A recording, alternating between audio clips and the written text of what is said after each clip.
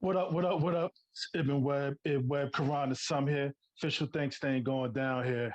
This is Essex County, just flat out, just me officially thanking this individual who's about to jump on here. She preserved my high school life here, to be honest with you. One of the many that did there. A little nervous right now, surprisingly. That I actually had opportunity or have an opportunity to get Miss McGrath, Elaine McGrath, those in the know here. Just an extraordinary individual, achievements. I could go on forever with them though, but just I think just when it's all said and done, just a great person, educator, coach, you name it here, throughout the New Jersey ranks here. And I'm just flattered that she's willing to take this time to just walk down memory lane and bring it back to something current here. So just hold tight. How you been? Good. Wow, I'm okay, Miss McGrath. I don't getting on here. I was trying to think, man. At least this time, I'm not trying to think of a lie or an excuse not to get suspended or whatever the case is. Before we got on here, I was just like, this is a little more pleasant. This go around. I'm not sitting on no hard wooden bench for hours. Just trying to think of some lie or some Good excuse. excuse. Yeah. How you been? I've been very well, thank you. And yourself? Great. Nah, thank you, and thank you for doing this here. Like I said, I know I just took a shot, and I just took a shot. I appreciate you just willing to just say, hey, not a problem here. Just take Not some a time problem. out because you're retired now. I'm kind of jealous. You get to travel and everything. I'm very envious of you. It's a different feeling from working like a 12-hour day to like, okay, the time is yours. So it's really been fun. So I can't complain. Getting How long? you hear a lot of noise. They're redoing a bathroom upstairs, so it might be noisy or my dogs are crazy. So one or the other. That's part of retirement. We travel, we renovate the house, we just do everything we was trying to do when we was running around here. So nah, good stuff. Good stuff. What have you been up to?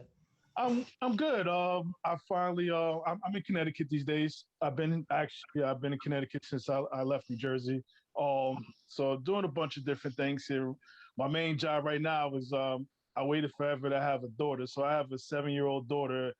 So just navigating her life, and I like a lot of parents say the Uber driver, everything here. I'm sponsoring her life now, so I'm just sitting back and enjoying this Enjoy ride. it. That's Yes, right. Enjoy yes, it. yes, Mhm. yes, yes. Yeah, so I know I sent a couple over to you here, and I know again I just thought this was something cool. This is probably about a little over a year ago. I was just like, you know what, this COVID, this pandemic, everything here. Let me just do something completely opposite of my personality here. I'm not one to sit here and ask a million questions to somebody here because I don't like getting asked a lot of questions, you know. But I was like, you know what, it'd be something fun, and I think it's just one of those things. I've been having a blast, and whether it's people, from the past, from Immaculate, or just wherever. I mean, it's been cool. Like I said, and I tie my family into it as well too, because like I said, I'm very appreciative with That's what great. all they done as well for me and everybody else as well too. So Hmm. that's the abbreviated version of how all this came about Great. Great. here. Yeah. And speaking of coming about here, New Yorker, right? Yeah. Originally. Yes, from Bay Ridge, born and raised in Brooklyn, and moved out here. Went to middle school and then high school out in Berkeley Heights. So I'm Oh, a Livingston person. wow, wow. And then now siblings. I believe you had some brothers, I think. Yeah, I have two sisters, Okay. and I had three brothers. Two unfortunately have passed away, so we're still hanging in there though. Okay. Now good. How was your childhood like? Whether it was in New York, coming to New Jersey, just how was it? It was a complete change. When you Mhm. grow up in the city, you can get everything at your front door, like right up the street. You move to New Jersey, you need to take a car to drive everywhere to get a gallon of milk, a loaf of bread. So it was a little bit of a different change for us. Yeah. Now, as far as activities wise, as like sports or anything else here, when did that start taking place?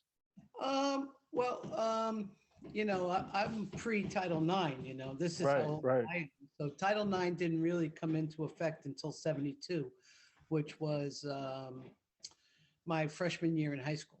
Hmm. So when I entered high school at Governor Livingston, uh, they added one sport for girls versus all the sports that were available for boys.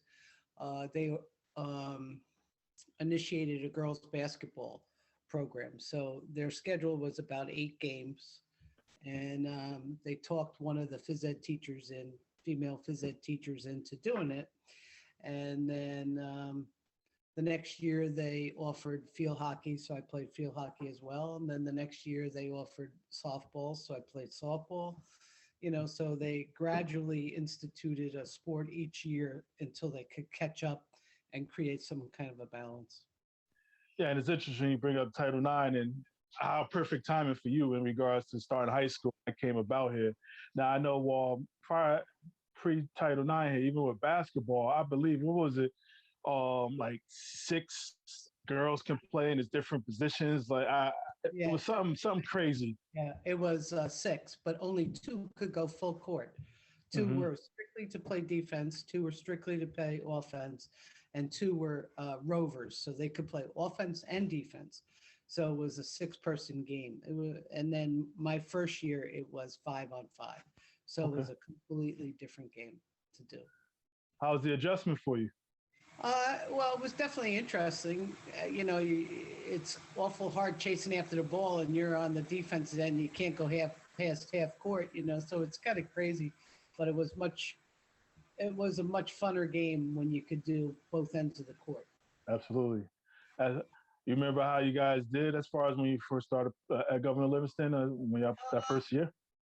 Well, I don't even really recall. I just know it was a lot of fun. That's why I Yeah. played sports, and I tried everything as much as I could. And I didn't know anything about field hockey in my sophomore year, but played it and learned it, and I had a good time. And I think that was the basis of what I'd like to do for my career, and that's kind of what springboarded me into staying in athletics my entire career.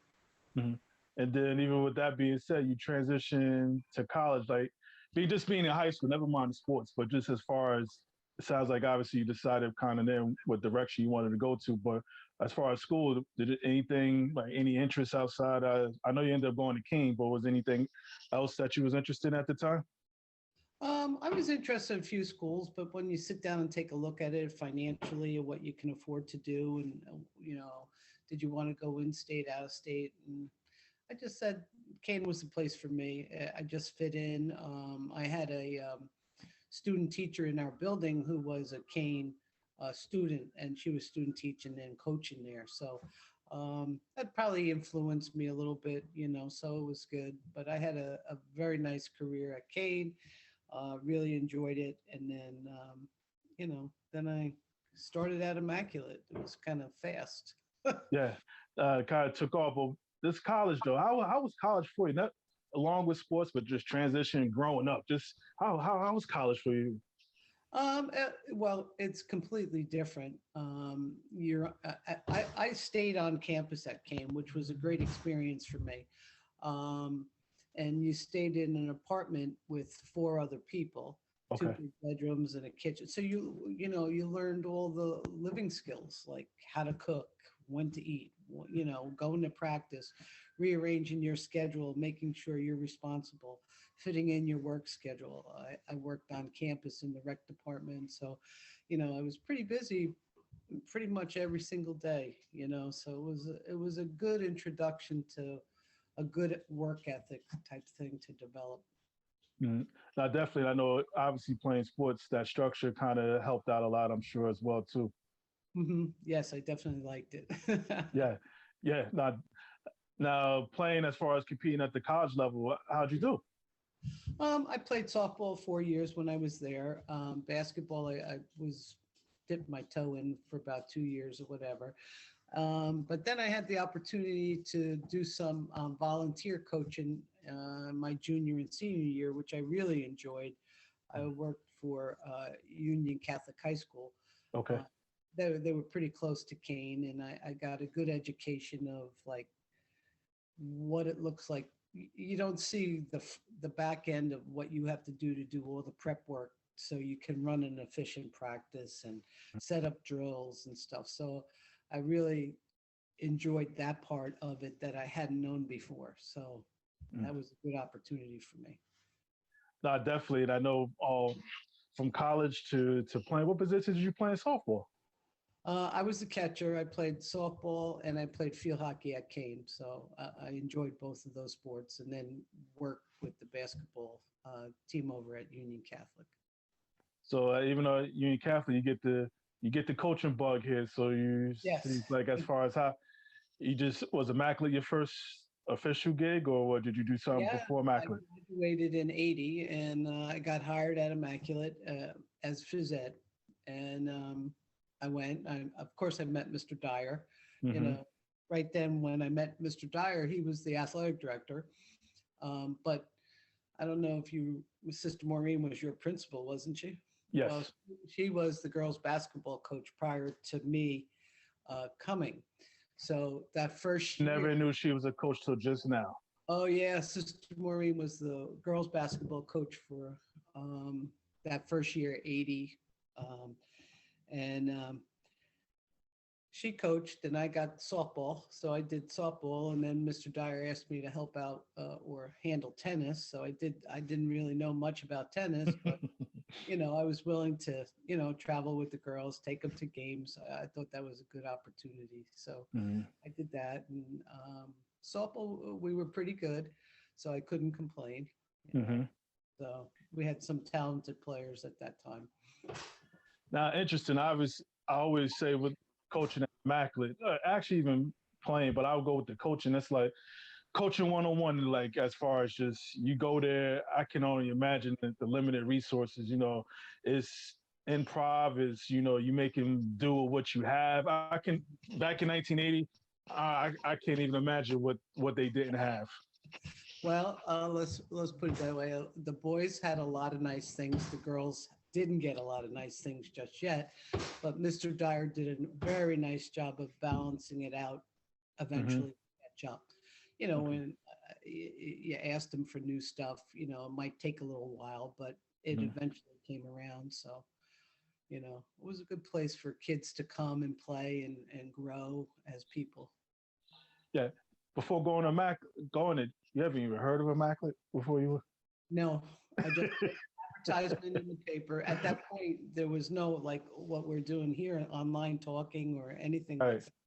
So you had to look in the Sunday paper. It came out like posting all the jobs in New Jersey, and you just would send your resume off.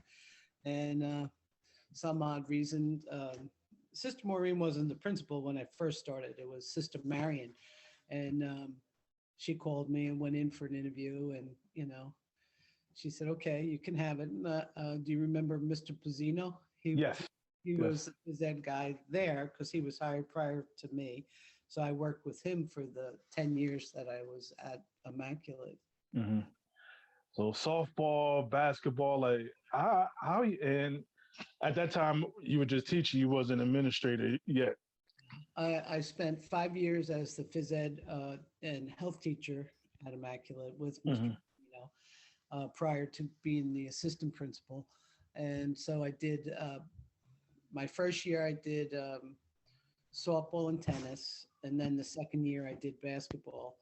And I think I even did tennis for a little bit while and did 3 sports. There used to be a little gap in between seasons, so it didn't seem like you were mashing it all together, Right. but not like it is now. But it was fun. It was a Mhm. good place to be. And it sounds like not only softball but the other sports. He pretty much was given free reign to kind of mold and put the teams together the way you want to hear. I mean, so I know there Right. was some freedom with that as well too. Yeah, Mr. Dyer was very good to work with. When you have a young coach, and I was a young coach who didn't have a lot of experience, so you have to have somebody at least kind of shepherd you into like when you make your mistake, he would nicely point it out and kind of say, well, if we had to rethink it, what's the better way to do it, and he had a lot of coaching experience with his track. He's a Hmm. big time track guy. So I learned some lessons from him. So Yeah. it was very good to be around him. When did you realize like I'm kind of good at no matter what sport, I'm kind of good at this coaching thing. I don't think I ever realized that. I just said I really love what it is. Like, I think I was a teacher because I love to coach. I Hmm. don't know if that makes any sense, but because when you're coaching, all you're doing is teaching. Like Yes. you're teaching to play, you're teaching to move, you're teaching this. But in order to coach, I felt like I had to be a teacher. And I felt like the more you saw the kids every day in the building was the most important thing because you got to know who they were Hmm. uh, outside of the hour and a half practice you had, 5 or 6 days a week. Hmm. Especially at Immaculate, because the whole small school was a big melting pot.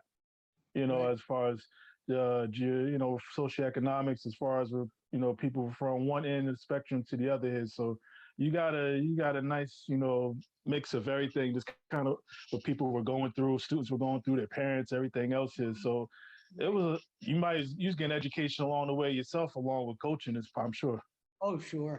Yeah. You get to meet a lot of different people and you get to know who they are and what their thought process is and, you know, well, when I first started, I guess there were about 400 kids in the building. Hmm.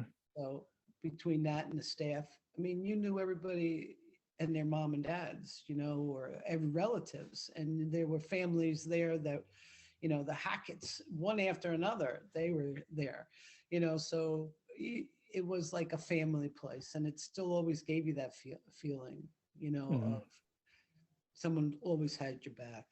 Yes.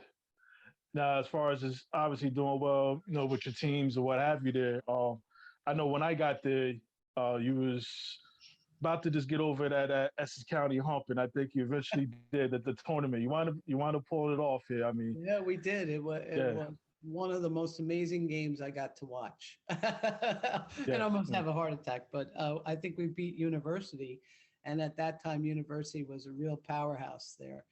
And you know, uh, Dana and Amber and Stacy Quamby, all those kids played like out of their minds. Quamby hit the shot.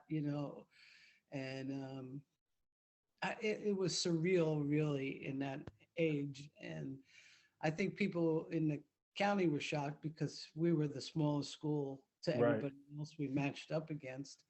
But we just played our game in that tournament, and it was really well for us.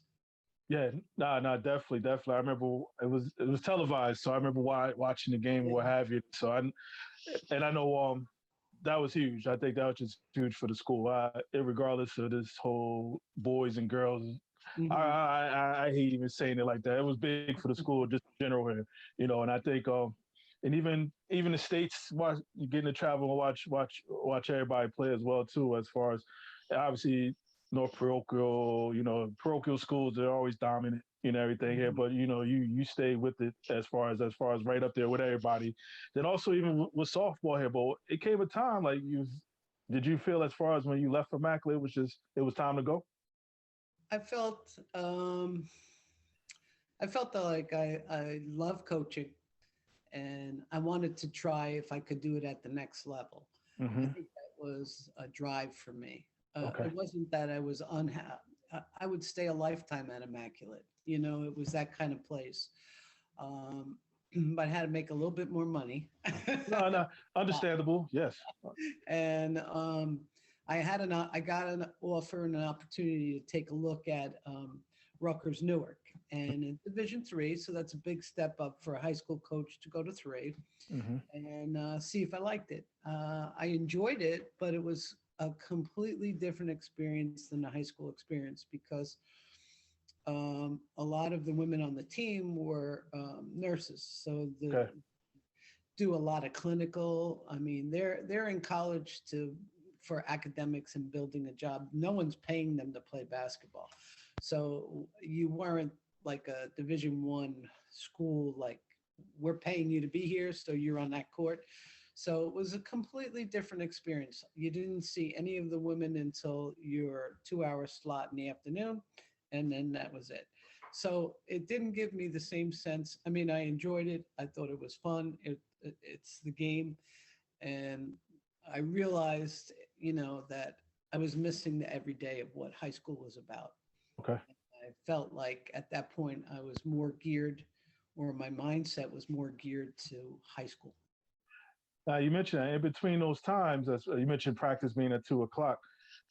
What were you doing? Again, I know there's recruitment, there's some other Mhm. stuff with the school you got to deal with, but it sounded Right, like there was some downtime too. To your point, you so used to just right. that regimen.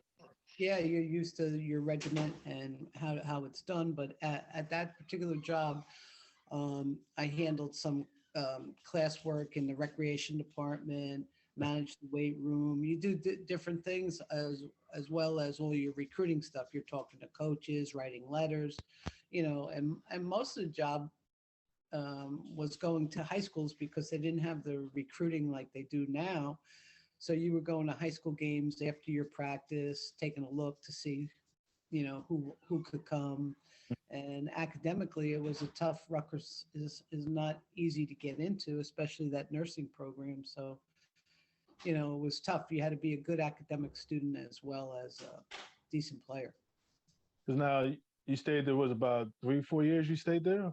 I stayed there 3 years. So I left Immaculate in 90 and then left Rutgers Newark in 93 and got an opportunity to go to Highland Park High School, Okay. which is right next to, in Middlesex County, right next to New Brunswick. Mm-hmm. And, a small group one, a similar, makeup. Uh, uh, Actually, the building didn't look like Immaculate, but it felt like Immaculate. It was that old, old style, and it was a small school, all Group One, and about 400 kids in it. So it had that comfort level for me, and I got an opportunity to be assistant principal, athletic director there, Mm-hmm. and so that was good for me there, and a nice Group One, and a good introduction to athletic administration at the high school level. Mm-hmm. Now dealing with other ads, and I mean just scheduling games, because again everything when all said and done came on you, and also your peers in the athletic department here. Just was that a big change versus just coaching? Oh yeah, because now you're the coach of like everybody and all the coaches, and then you're kind of putting their programs together, and you're doing everything that Mr. Dyer did to you. You're talking them through situations. You're hiring young coaches and young educators. You're dealing with some parent issues. My kid's not playing enough, or I want more playing time. Why isn't my kid on the team? After cuts. So you're dealing with a whole realm of different things, and at the same time, you're trying to develop a professional reputation as putting out good quality, and Mm-hmm. so it was very busy time, but very good time. How fast did you start to miss coaching? um you know uh, I didn't, because I considered, I missed it. I mean, like yesterday, what did I do? I spent all day watching the women's, tournaments of basketball, like the Pac-10 and, all the games yesterday. But you start thinking differently. Like I had to think differently. Okay. Like I might agree, I might agree with the coach about what they're saying, but not how they're saying it. Or like, so now you start thinking, now you're a coach of the coach. So Okay. now that's how the mindset had to change so you could grow. Mhm. And you did Highland Park for a little bit, then it was time to, was it South Brunswick you ultimately ended up at, or? South Brunswick. I spent 24 years at South Brunswick. So Highland Park being a Group One, I felt like in my 4 years there, I did what I needed to do. I Mm-hmm. mean, perennial, Highland Park's was a perennial Group One football program for many, many years. And Presley went there. yeah, yeah, yeah. And he was the year before I got there, Okay. Presley. Okay. Yeah. But LJ Smith went there. Hmm. I did have LJ Smith.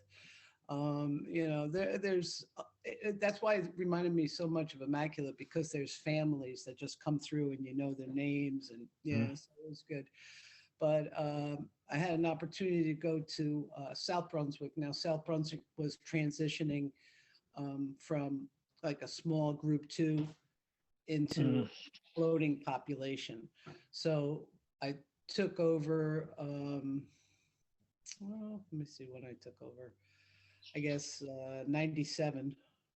No, did it? Yeah, no. In 93, I went to there for 4 years. Yeah, so in 97, in the summer of 97, I went to South Brunswick. So I was able to grow a program, introduce new sports like lacrosse or Oh, swim. okay. So it was, they were looking for someone who was willing to put in the time and the energy into going from maybe 6 sports to 15 each, and balancing it. And we were on 77 acres, big campus, brand new high school. So that was a great opportunity to see if I could handle that. So how many sports did you introduce? Um, whew, at least 5. Well, lacrosse was brand new to us. Volleyball is brand new to us. Swimming's brand new to us. Restarting girls golf, boys golf, you know, all those. We have every sport at South Brunswick with the exception of fencing Okay. that New Jersey offers. Hmm. So it's pretty comprehensive program. So there were over 3,000 kids there when I left. Wow. So it's a big school. And it doesn't go unnoticed throughout your travels. I know there's many accolades, one of them particular here. When you got the call or what have you here, as far as being New Jersey's Athletic Director of the Year, what did that mean to you? Um, well, it's quite an honor to be honest with you, because you're chosen among your peers. So it's people that you work with or for and have recognized your efforts and involvement at different levels. So Hmm. it was a very nice honor to get that. There's not too many women that get recognized like that. Yeah, and I think when I did see it, there was at the time you did get it. I know they talked about as far as being the third woman to ever receive it. I hope we get to a day when it's just like, whether it's a male or female, you just receive the award. You don't need the little woman or female. I hope we get to that day one day. Yeah, like everybody's important. That's right. That's right. Absolutely. Yeah. Then again, this athletic thing, you just keep trying to figure things out or do something new here. The NJIAA. To give, what were you thinking as far as take that off? Um, I, that it kind of evolves. I got nominated from my conference to sit on, I represent the GMC, the Greater Middlesex Conference, Mm-hmm. at executive meetings. Okay. So, and that was basically a 3 to 6 year stint. So I did 3 years, and then at that time, Steve Timko, who was executive director, asked me if I'd be interested in sitting on the executive board, and I said sure. I was already president of the GMC. I've already done the executive board there, and I like policies, I like constitution, I like rules and order. So it kind of seemed like it would fit me. So you start off as like second vice president, and then the following year you're first, and then the third year you're president. So it was interesting. I'm sure. I'm sure. Yeah, interesting. What Yeah. were some of the issues? At that time, like pressing at that time? You remember? Uh, whew. Well, we're always balancing, same issues now, how to get more officials, how to do better at running tournaments, how to get better at providing the best. New Jersey is one of the few states that provides almost a state championship in every single sport. And that's a lot to ask for Yes. from an association that we're all members of. Mm-hmm. So I always felt the focus was, how can we do it better? This was really good, but can we take it to another level? So Mm-hmm. I think that's what they're all about. And of course, you're always looking to make sure you're staying within the rules and regulations of the Constitution for state athletics. I gotta ask this. in regards to that position being there, I know now some of these schools, these parochial schools or what have you, again, they're in North Jersey, but they're playing, the state tournament for South Jersey parochial A and B. Like, what was behind all this? Is it is the competition thing, like Yeah. trying to balance it out? Like, I'm like, Mhm. I'm Well, there's curious. all these northering numbers, so you're all laid out across the state by a number Okay. where you are. And then there's all kinds of sections and groups that go into that. And particularly in wrestling, they wanted to balance to get the idea is to get the best athletes in your finals. Okay. But how can that happen if maybe your top tier knock each other out before you Hmm. even get to the bottom and combine the state? So that's why they started what they called snaking, like they would count this way and go across and Okay. create a balance. So, like, the schools aren't banging heads in the first round rather than spaced out Hmm. based on their PowerPoints or however they're judging it. Yeah. Okay. It's Like some, I was always curious. I see like somebody like in North Jersey, it probably take them an hour to get to where they got to go to play, and now they're a South Jersey team. yes. So I was I just always curious how that works. for the fans and the kids that travel to games that's quite a haul for them to drive to, to Hmm. go see their team play, Hmm. especially that far. But it's for What's balance. the balance here? What's some of the biggest improvements that you've seen just throughout your athletic time in New Jersey, as far as whether it's the game itself or how it's ran? Like, what's some of the biggest changes you've seen? Well, I definitely feel like it's growing, like you said. Women's sports have come a long way since Title IX. And I'm sure your daughter, if she's involved in a sport, will think nothing of it. Like she can play any sport she wants. When that opportunity 50 years ago wasn't, available through those years. So the constant advancement and the constant looking in to make sure you're putting on the best possible, giving kids the best possible opportunity to participate is what it's all about. And the biggest thing is it's fun. Like Yes. think back to how much fun you had, like being together with a team. And yeah, you can have a couple of horrible moments when there's some team culture that's not going the way you want. But the whole thing is there that kids get together because the game is fun. Um, Right. is just the product of like tons of hard work and, you know, being there at the right time type of deal. Hmm. No, most definitely. And then just throughout this extraordinary life lived and continue to live through sports. What's it giving you that sticks with you to this day? Um, it's a it's the thought of like fair play.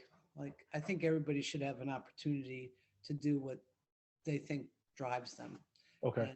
and that goes in athletics or careers and business, whatever it is, education. If you want it, you have to go and get it. And I think those doors should open for you if you're willing to put in the time and the work. Hmm. Well, speaking of putting in time here, I was going to ask. I like to put people on the spot on the back and all this stuff here. If you don't mind me asking you probably some questions, maybe some more random than others, if that's all right with you. Go ahead. Cool, cool, cool. Obviously, spent time throughout New Jersey here. When driving, prefer the Parkway or the Turnpike? What did you say, Hunter? When driving, do you prefer the Parkway or the Turnpike? Um, I like the Parkway. Parkway, cool. Not sure if you took your kids or what have you to any of these places, but Great Adventure or Action Park?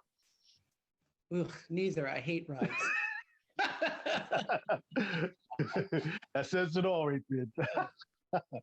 uh, Twitter or Facebook? Twitter. Speaking of technology, how did you have to balance all that when it started coming into play here, as far as with coaches, the players? I mean, this thing just came like a hurricane. Like, It did. how did you do it? I mean, that's a lot. Yes, it evolved, and I had to evolve too. Okay, yeah, yeah, I had yeah. to do it too. And as we went along, we learned like I wouldn't want myself as the coach to text directly to the kids, so we use something else that's a group chat, or like, so you're not one-on-one with kids. You have to really be careful. Like, you can't fall into a trap where we're talking as adults. They're not Mhm. adults, you know Yes. what I mean? And so you have to make sure you're doing the right thing at all times there. So that was interesting, when that first all started. About the student athletes, because I think about, I know I joke when we first got on here about the bench. I probably would have stayed at your bench being immature in the way I was back then, as far as if this stuff was out back then, text another team or players from somewhere else, I would have visited you a few more times than I already did. Like, how did you do it as far as the student athletes? I mean, how did you the policies and rules you Oh, um yeah. yeah. Well, you do it by just exactly what you said, live and learn. Okay. You can have a team be in a group chat and then start picking on one particular person because they struck out and you lost the game. Yeah. But you can't be doing that in a group chat and all picking on one. It's another way to interpret hazing or bullying or anything like that. So I believe you have to educate your teams. So Yes. when that happened to us, we addressed it head on. Like, okay, listen, we have an issue here. We have to deal with it. Bring everybody into the whole room, like a team in the whole room, and say, like, who contributed to this? And then I would have the whole thread, so I knew exactly who contributed.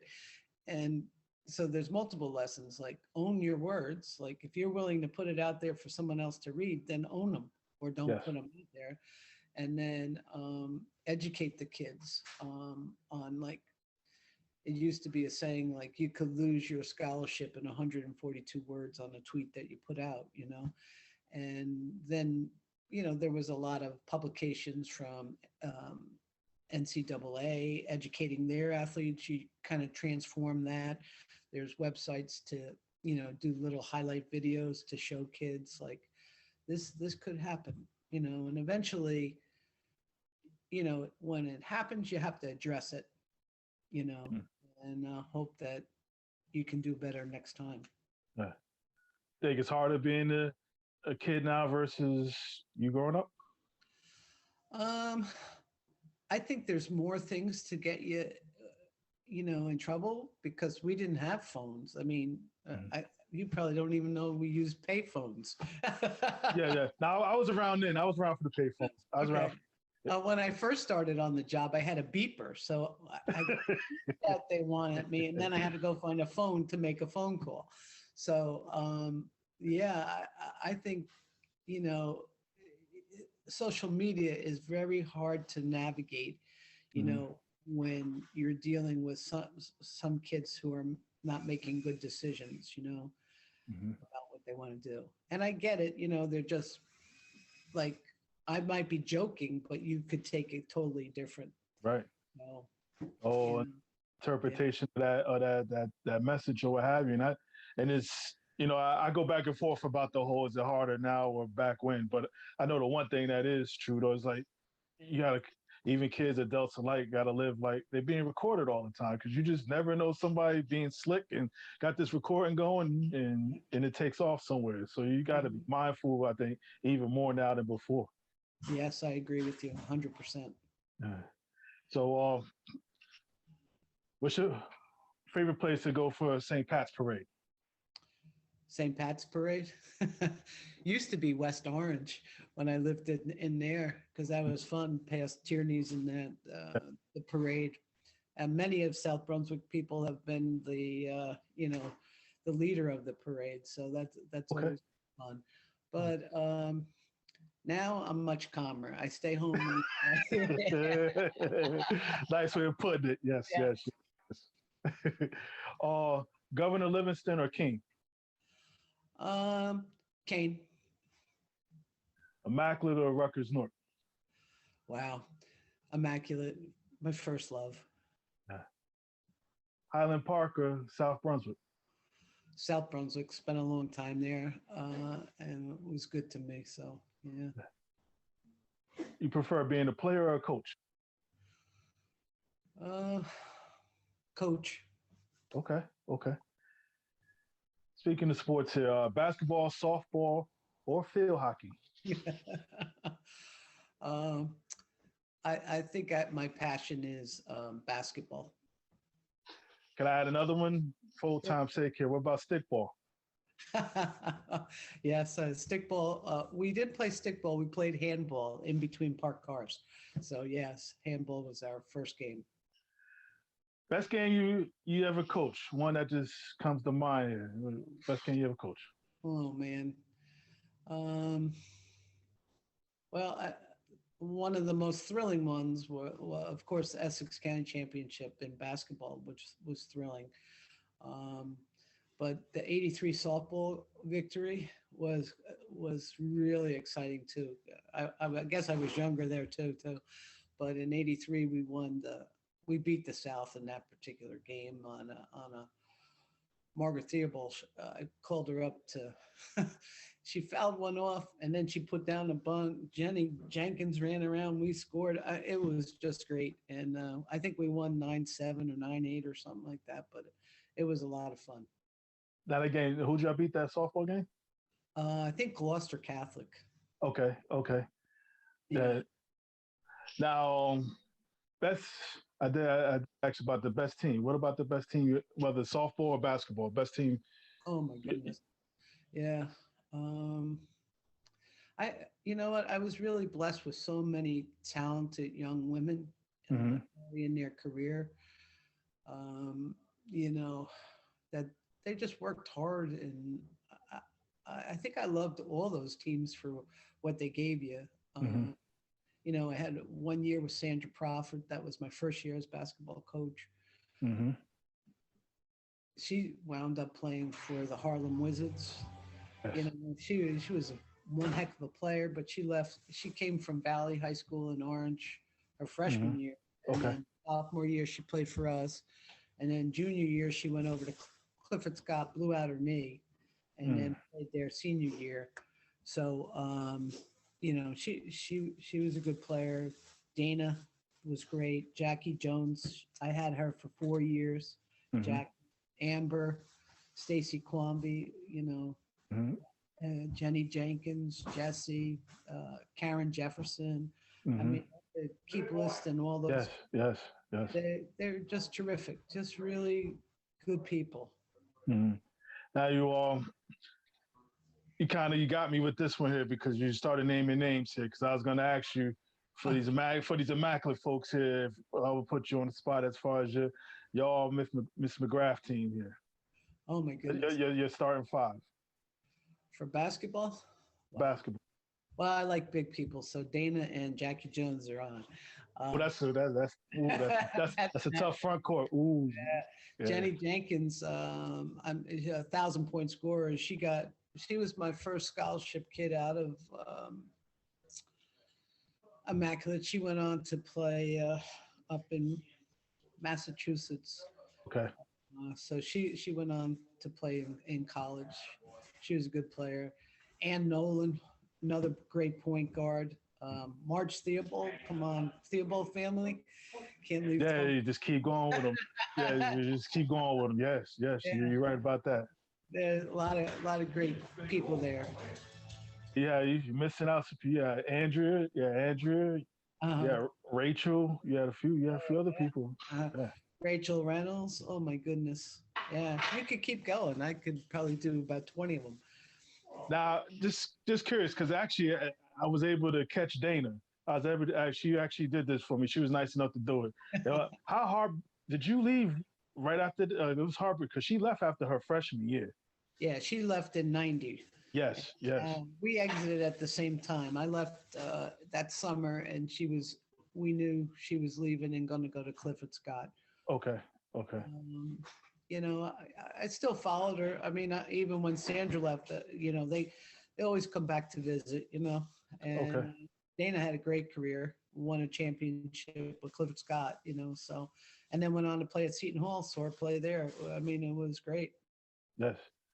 Now, softball here, big game, last game, only game here. Who you giving the ball to take them out? Marge Theobald. Are you kidding me? She's softball. She played catcher. She could hit like there's no tomorrow. Jenny Jenkins hit her too. She played shortstop, you know. Ann Nolan played third. I mean, Jesse played first. You know, so you could go around the horn, but Marie, I forget her last name. She played center field for me. She learned how to drag bunt, lefty. She was great. So Marie Liddy, Tony Kiernan, the Wow. Kiernan family. Another one is probably about 1,000 of them too. Yeah. Yeah. That, and actually, you mentioned the Theobald's here. Actually, one later on became a Theobald. That was one of your pitchers, Stacy Early. Yep. Yes. Yeah. Yep. She was a character. Yes. Now, speaking of your life and everything here, what's the best part about being Miss McGrath here? I'm retired. Say no more. Say no more. Say no. Yes. Absolutely. You lived, like I said before, a great life. But what's 3 of your proudest moments? Don't have to be the top 3, but what's 3 of your proudest moments? That's a good one. I think one of them is probably having opportunities. Like opening the door for me was my first job at Immaculate. I think that's about opportunities. And I think that set the tone for me about what I wanted. And, you know, being named athletic director of the year, overwhelming. You know, there's 444 or 45 high schools in New Jersey and they pick you. You know, that's pretty amazing to me. And I just think, you know, being able to work at South Brunswick for 24 years and the opportunity to add to the program and watch kids play, I think that's what it's all about. Yeah. And speaking of retirement, you get a chance to reflect. So with that being said, somehow, I don't know if you're going to do it, but if there was ever a book on your life, what would you call it? Oh, wow. You were well prepared for this one.